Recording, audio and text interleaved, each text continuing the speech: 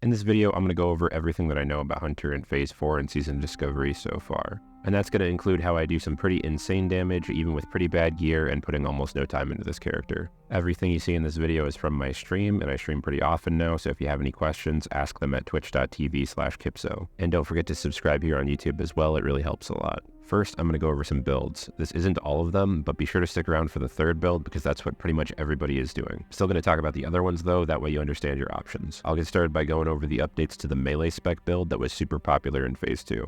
After the Phase 4 PTR came out, I made a video talking about how Blizzard was incorporating Mongoose Bite into this build now. A ton of you guys asked me for a follow-up, and I honestly expected a lot more changes, so I held off for a bit, but now that it's been a few weeks into Phase 4, it looks like this is what we're going with. If you haven't seen that video and you want more details, go check it out, but the summary is that the Beast Mastery tree is essentially dead. They made some changes to the first few rows of the Marks tree to also work on melee abilities now. So after you fill out the BM tree, you'll want to go get those, but then you don't have any points left to go get Savage Strikes from Survival, along with all the additional trap damage talents that are in there as well. This build pretty much just spams Raptor Strike, Flanking Strike, and Mongoose Bite. It has the most randomness out of anything in all of Season of Discovery. Your pet's auto attacks now reset Flanking Strike, so be sure to get a fast attacking pet, preferably under 1.2 attack speed like Broken Tooth, and Raptor Strike, of course, is still just a slot machine randomly resetting. This is the only build that I'm going to talk about that uses a pet. There are other builds that use it, but in general, it's just bad to have your pet out. Lone Wolf got really buffed, and it's no longer on the same rune slot as Heart of the Lion, so you can have both now. TLDR, ditch your pet whenever you can. When you see Melee Hunter on logging stats, and it's like randomly down there with Frost Mage and like Prot Warrior,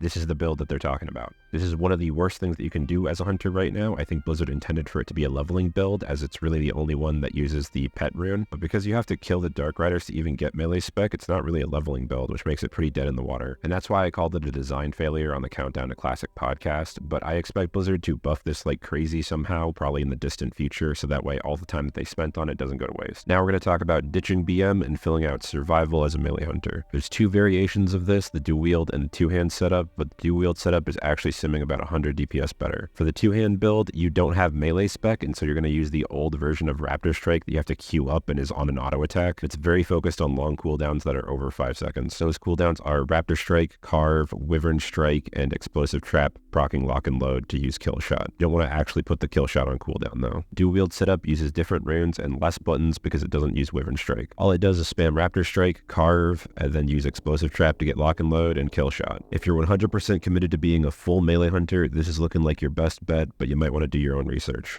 Both of these builds involve spamming Wing Clip for multiple globals in a row due to the huge gaps in the rotation. Up next is the real meat of this video, which is the turret ranged build. You can go marksmanship or survival talents, and it's pretty similar damage. You'll want to sim your gear to see which one's better and take into account things like if you have another marksman hunter around. Because if you're already getting True Shot aura from him, then the marksman tree loses a lot of value. But in general, the survival build is better and it scales harder because it has an agility amplifier in it. Sim it at the end of the day if you can't decide. The rotations are identical, and most people are doing this build. This is probably what 95% of hunters are doing right now, and it's called the turret build because of sniper training. So you really don't want to move, you want to stand still as much as possible. And this is because of the 10% free crit that you get, not just for your abilities or your shots, for everything, even your auto shots that you're getting from sniper training, but it also happens to make your aim shot instant. This build is the easiest to execute and the most universal. You don't have to worry about if you're able to weave on this fight or if you're going to screw up any mechanics. You just still get amazing DPS out of it just standing there as a ranged DPS. Rotationally, we're essentially alternating our shots and traps. So for example, you'll use a fire trap to get Lock and Load and then Chimera Shot twice, put it on cooldown.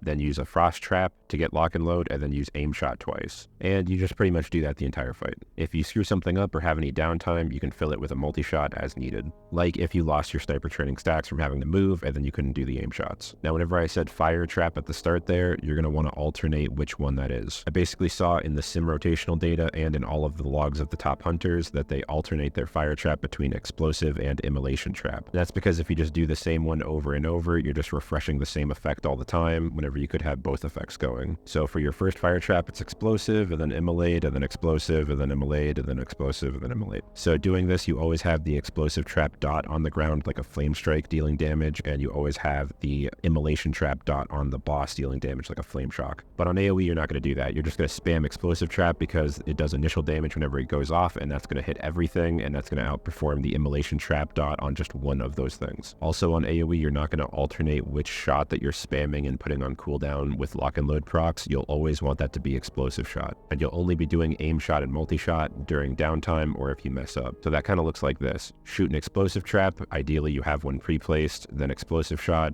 then freezing trap, then do 2 explosive shots, then just fill, then do it again. Once you get the hang of both those rotations, you just do that the rest of the game. Lastly, I'm going to get into the stuff that most people aren't thinking about or doing, but it does theoretically sim higher, which is the weaving stuff. Your setup is pretty much weirdly the same as that like melee survival build, but instead of running carve on your gloves, you're running chimera shot and running out to use it. I wouldn't even think about doing this until you have everything on farm and you're just looking for a new challenge and you really want to push yourself. The dead zone is really big in vanilla, so weaving is pretty intense. I have a ton of stuff written here about melee weaving, but it's honestly just really confusing and I have no footage of me actually doing it, so it kind of just deserves its own video.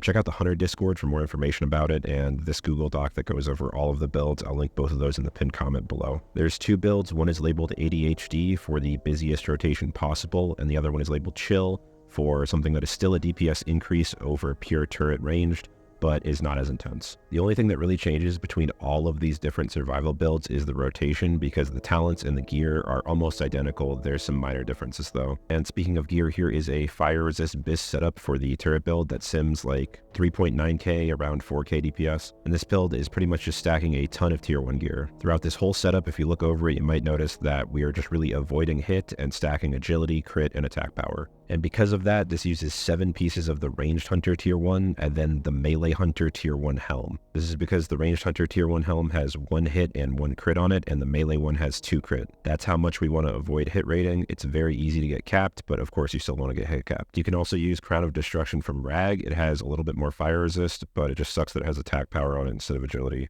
Other noteworthy pieces here are going to include Cloak of Shrouded Mist, which is an extremely good cape that has 10 fire resist on it, so get your hands on that as soon as possible. I'm soft reserving this every run. And we want to pass up on things like Striker's Mark, Band of Akiria, and Puissant Cape, because although those items are really powerful, we don't really use the hit, and they're really contested anyway, so let Rose have them.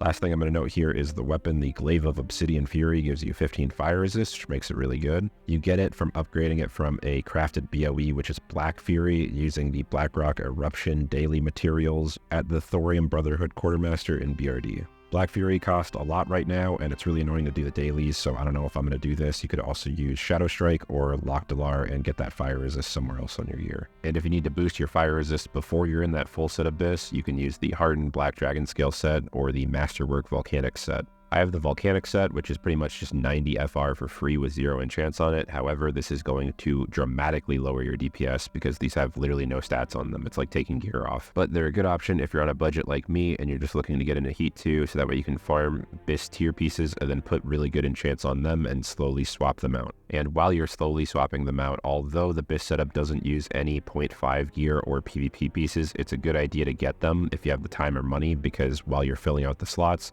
you can just throw on one of those 2 sets for 40 attack power or 20 agility, and that's really good. This setup also uses the Ocean Breeze ring, which is from the Hydraxian Waterlord's quest chain, to get a douse for MC, so you'll want to get started on that because it can take multiple lockouts. A major reason to play Ranged Hunter, and why I personally like it, is that you can get by on very little consumes. You can pretty much just use an Elixir of the Mongoose and be kinda good. Of course, it is also a DPS increase to get spell power consumes like a Flask of Supreme Power, but you don't need the melee consumes like Winterfall Firewater and Dragon Breath Chili unless if you're weaving or doing some kind of melee build. And now that we can provide Aspect of the Lion while running Ghost Wolf, Horde Hunters aren't forced to have their pets out as ranged, which is the main reason I didn't like it last phase. The only major downside that I notice is that Trap Launcher is still really dumb to use sometimes. Like, sometimes you shoot a trap and then while it's in the air, the tank just decides to randomly move the boss for no reason, and then you also have to move and you lose sniper training. Because of this, and because of the way that boss hitboxes work whenever they're really big, you kind of have to be closer than you otherwise would be at your maximum range, and that's because you need to shoot the trap at the center of the box's hitbox, whereas you can use your abilities from the furthest point of the end of the hitbox. And that makes the bonus range Hawkeye talent completely useless in the marksman tree. I mean, we don't get this anyway, it's a DPS loss, but still just make sure that you avoid it. But in general, if you have any trouble with your traps not going off, just get closer to the boss. On high movement fights or in dungeons, you might be tempted to swap off your leg rune from sniper training because you're not getting maximum value from it. but even the little bit of crit that you get from a few stacks of sniper training is going to outperform anything else. And with the quality of light changes, you don't lose all 5 stacks at once, you just lose 1 at a time now whenever you move, and so it's just ridiculously overpowered. Hunter is one of many classes that has no combat benefits from its potion cooldown, like a warrior would with Rage Pot, and it also has no combat benefits from our alcohol cooldown, like a rogue would with Thistle Tea or a mage would from Mana Gem.